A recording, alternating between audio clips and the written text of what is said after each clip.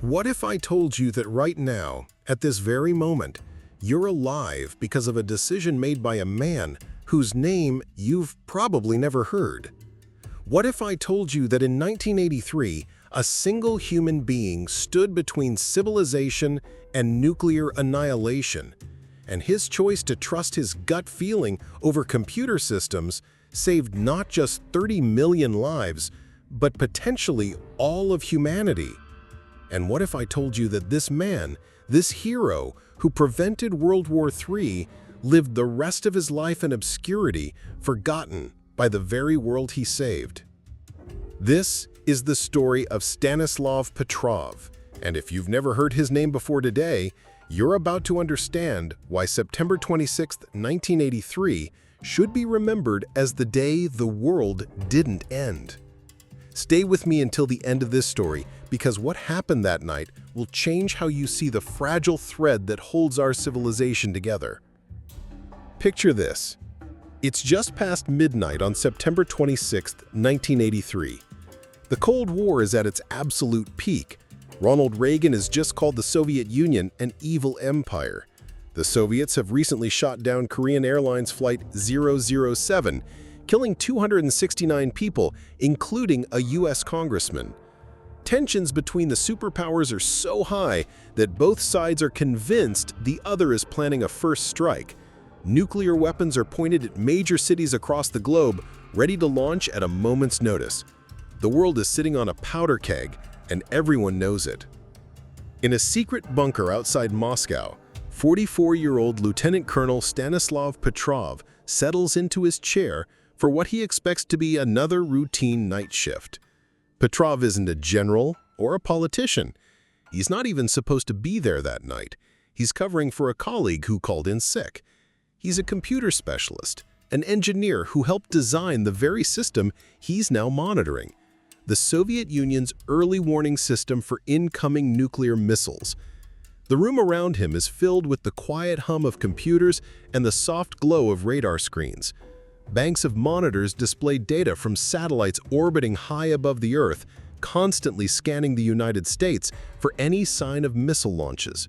This is Serpukhov 15, one of the most sensitive military installations in the Soviet Union, where a handful of officers hold the power to trigger nuclear retaliation that could end human civilization. Petrov has been doing this job for years. He knows the systems inside and out. After all, he helped build them. The protocol is simple and terrifying. If the computers detect incoming American missiles, he must immediately report it to his superiors, who will then have just minutes to decide whether to launch a counterstrike. In the world of nuclear warfare, there's no time for second guessing. The doctrine is clear: detect, report, retaliate. The survival of the Soviet Union depends on it. But as Petrov sits there in the early morning hours, something feels different. Maybe it's the tension in the air, or maybe it's just the weight of responsibility pressing down on him. He's acutely aware that his decisions in this windowless room could determine whether his children, his grandchildren, and millions of other innocent people see another sunrise. At exactly 12:15 a.m., the silence is shattered. Alarms begin blaring throughout the bunker. Red lights flash across the control panels. Computer screens that moments before showed routine data now display the most terrifying message possible: missile attack, missile attack, missile attack. The main screen shows a single blinking dot rising from the United States, heading directly toward the Soviet Union. According to the computer, an American intercontinental ballistic missile has been launched and is now arcing through space toward a Soviet target. The estimated time to impact? Less than 30 minutes. Petrov's heart pounds as he stares at the screen. This is it. The moment every person in his position has dreaded since the dawn of the nuclear age. The Americans have launched first.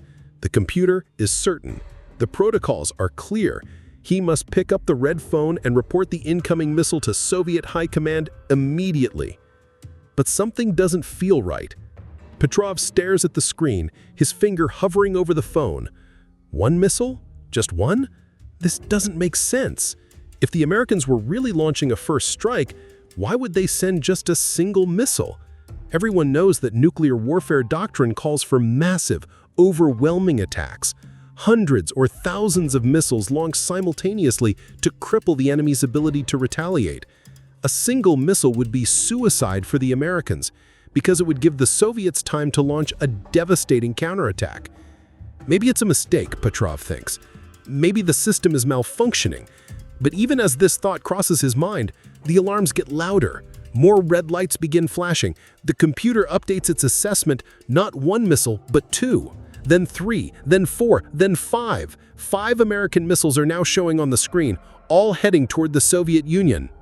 The room erupts in controlled chaos. Other officers rush to their stations, checking and double-checking the data. Phone calls are made to verify the system's readings. Everyone is looking to Petrov. As the duty officer, the decision is his. The protocol is still clear. Report the attack immediately. Soviet missiles will launch within minutes, targeting American cities. New York, Washington, D.C., Los Angeles. Millions of people will die. The Americans will retaliate against Moscow, Leningrad, Kiev. The escalation will be unstoppable. But Petrov hesitates. Even 5 missiles don't make sense for a first strike. If the Americans wanted to destroy the Soviet Union, they would launch everything they had. Hundreds of missiles that would overwhelm Soviet defenses and command structures. 5 missiles would be enough to cause terrible damage, but not enough to prevent massive retaliation. It would be a death sentence for both nations. Petrov's training tells him to trust the computers. These are sophisticated systems designed specifically to detect incoming missiles. They've been tested extensively. The data is clear and consistent. 5 missiles are coming. But his instinct, his gut feeling developed through years of working with these systems, tells him something else entirely. He thinks about the system he helped design. He knows its limitations better than anyone. He knows that sometimes satellites can mistake sunlight reflecting off clouds for the heat signature of a missile launch. He knows that the system, for all its sophistication, isn't perfect. And right now, looking at the data, something feels wrong. The minutes tick by. Each second that passes without reporting the attack is a violation of his orders, a betrayal of his duty as a Soviet officer. His superiors are depending on him to follow protocol. The security of the Soviet Union rests on the assumption that officers like him will do their jobs without hesitation. But Petrov can't shake the feeling that this is a false alarm. He makes a decision that will haunt him for the rest of his life. He classifies the alert as a system malfunction and does not report it to his superiors. He doesn't pick up the red phone. He doesn't trigger the chain of events that would lead to nuclear war. Instead, he sits there, watching the screens, hoping desperately that he's right. The next 30 minutes are the longest of Petrov's life. If the missiles are real, they should hit their targets soon. Soviet cities should be erupting in nuclear fire. Communication should be breaking down as command centers are destroyed. But nothing happens. The minutes pass, and the Soviet Union remains intact. Slowly, agonizingly slowly, it becomes clear that Petrov was right. There are no American missiles. The computers were wrong. What they detected was most likely sunlight reflecting off high-altitude clouds, creating heat signatures that the satellite sensors interpreted as missile launches. It was a false alarm, but a false alarm that could have ended civilization. As the immediate crisis passes, Petrov realizes the magnitude of what just happened. If he had followed protocol, if he had made that phone call, Soviet missiles would already be in the air. American cities would be preparing for impact. The United States would be launching its own massive retaliation. Within hours, both superpowers would be destroyed, along with much of Europe caught in the crossfire. Hundreds of millions would be dead, and the survivors would face a nuclear winter that could last for years. But here's what makes this story even more incredible.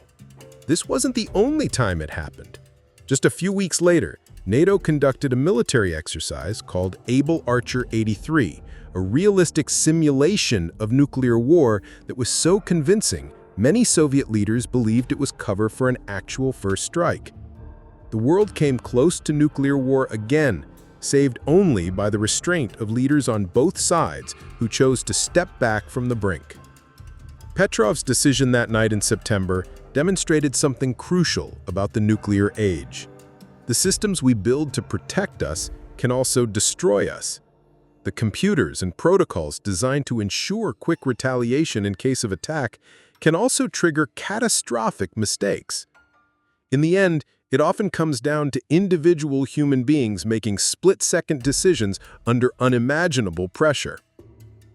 What happened to Petrov after that night reveals something troubling about how we remember heroes.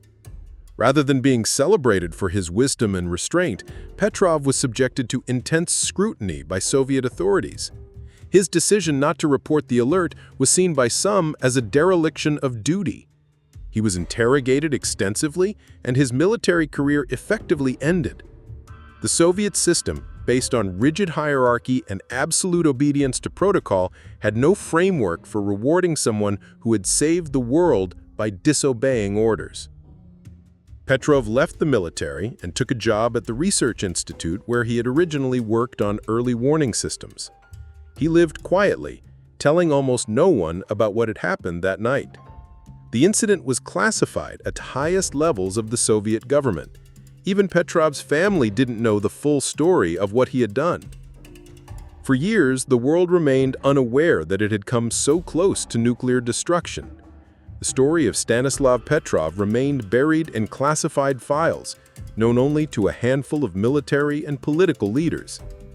It wasn't until the 1990s, as the Cold War ended and some Soviet archives were opened, that the true story began to emerge. When Western journalists and researchers finally learned about the incident, they were stunned. Here was a man who had literally saved civilization, and nobody knew his name. They tracked down Petrov, who was then living in a small town outside Moscow, surviving on a modest pension. When they asked him about that night in 1983, Petrov was reluctant to talk. He didn't see himself as a hero, he had simply done what felt right at the time. "I was just doing my job," Petrov told interviewers. "I did what I had to do and I have no regrets." But pressed about his decision not to report the alert, he admitted that it wasn't entirely logical. He said, "I had a funny feeling in my gut. I didn't want to make a mistake. I made a decision and that was it." As word of Petrov's story spread, he began to receive recognition from around the world.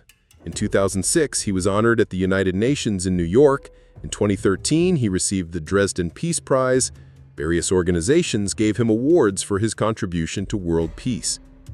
But this recognition came decades after the fact, and by then Petrov was in his 70s, living in poverty and poor health. The tragedy of Stanislav Petrov's story isn't just that the world forgot his name, it's that we almost never learned it at all. If not for the end of the Cold War and the opening of Soviet archives, Petrov's moment of incredible courage might have remained classified forever. We might never have known how close we came to nuclear war, or how one man's intuition saved us all. What makes Petrov's story even more relevant today is that the nuclear threat hasn't disappeared. There are still thousands of nuclear weapons in the world, many of them on hair-trigger alert. The systems that control them are more sophisticated than ever, but they're still operated by human beings under enormous pressure. The possibility of another false alarm, another moment when someone must choose between following protocol and trusting their instincts, remains very real. Petrov himself understood this. In his later years, he became an advocate for nuclear disarmament, arguing that as long as these weapons exist, there will always be the risk of accidents, misunderstandings, or system failures that could trigger catastrophe. The danger is always there, he warned. These systems are made by people, and people make mistakes. When Stanislav Petrov died in 2017 at the age of 77, his death barely made news. There were no state funerals, no massive outpouring of grief. The man who had prevented nuclear war died quietly, known to relatively few people outside of peace activists and Cold War historians. His story serves as a powerful reminder of how quickly we forget the individuals who shape history from behind the scenes. Think about this. Every person alive today owes their existence, in part, to a decision made by Stanislav Petrov on September 26, 1983. Every child born since then, every scientific discovery, every work of art, every moment of joy and love and hope, all of it was made possible because one man chose to trust his instincts over his orders. Yet most people have never heard his name. This isn't just about Stanislav Petrov. It's about the countless unsung heroes who make civilization possible every day. The air traffic controllers who prevent disasters, the engineers who design safer systems, the diplomats who prevent conflicts, the scientists who work to understand and prevent catastrophic risks. Most of them will never be famous. Most of their names will be forgotten. But their work, their decisions, their moments of wisdom and courage shape the world we live in. The story of Stanislav Petrov also illustrates something profound about the nature of heroism in the modern age. Traditional heroes win battles, conquer territories, achieve great victories. But Petrov's heroism was different. It was the heroism of restraint, of careful thought, of choosing not to act when action was demanded. He saved the world not by doing something extraordinary, but by refusing to do something catastrophic.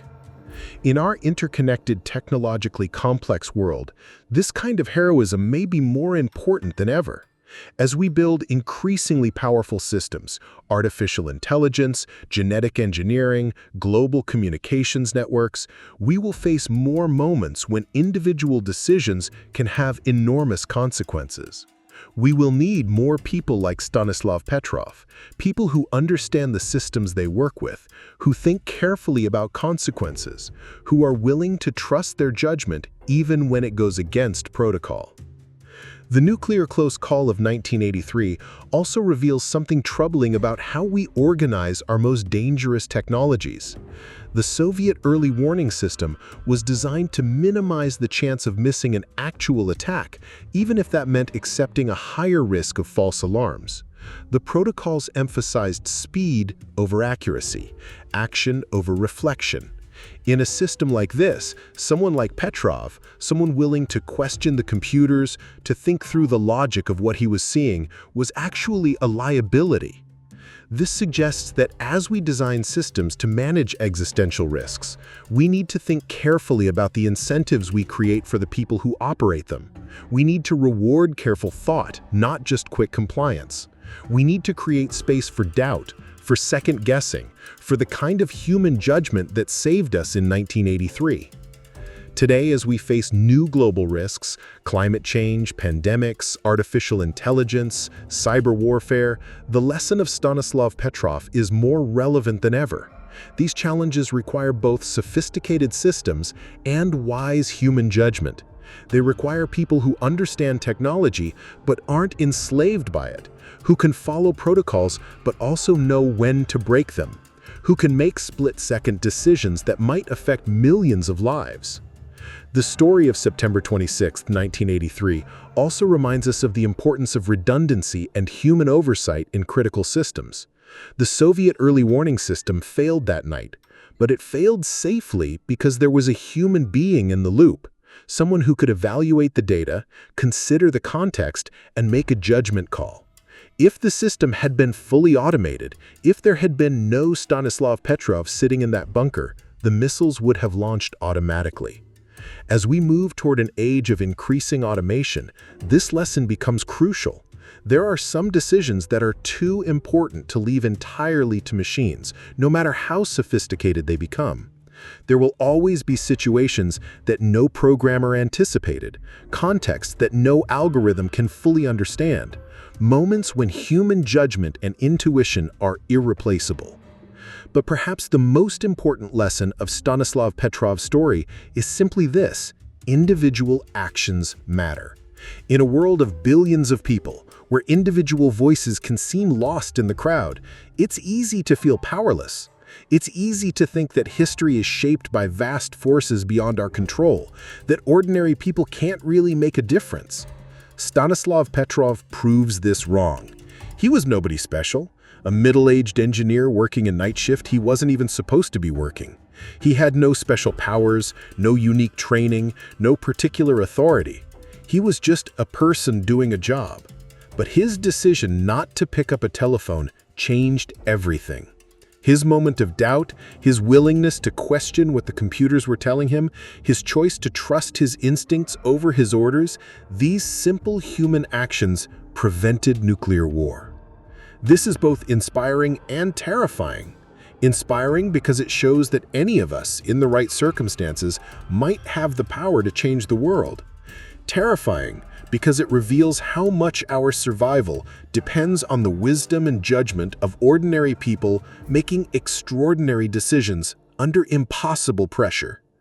The man who saved 30 million lives deserves to be remembered. But more than that, his story deserves to be understood as a reminder of our shared vulnerability and our shared responsibility for each other's survival. In a world of nuclear weapons and global risks, we are all, in some sense, sitting in that bunker with Stanislav Petrov, hoping that when the alarms go off, whoever is on duty will have the wisdom to choose carefully between action and restraint, between protocol and judgment, between the end of the world and another day of peace.